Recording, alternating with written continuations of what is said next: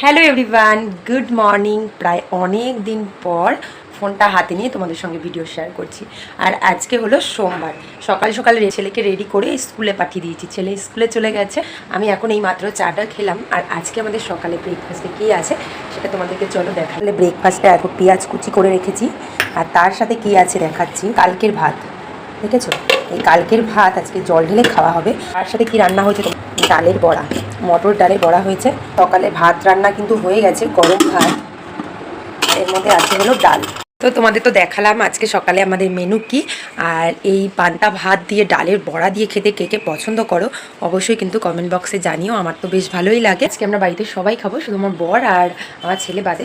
তো বর সকালবেলা প্রসাদ করেছিল, তো বর প্রসাদ খেয়ে চলে গেছে। আর বাবাকে পান্তা ভাত আর ডালের বড়া দিয়ে দিয়েছি, বাবা নিয়ে গেছে। আর আমি আর মা এখনও খাইনি, খাবো। তো চলো, তোমরা বাড়িতে আজকে কে কী খেলে সকালে ব্রেকফাস্টে কমেন্ট বক্সে জানিও। তো চলো এখনকার মতো টাটা, পরে আবার দেখা হচ্ছে।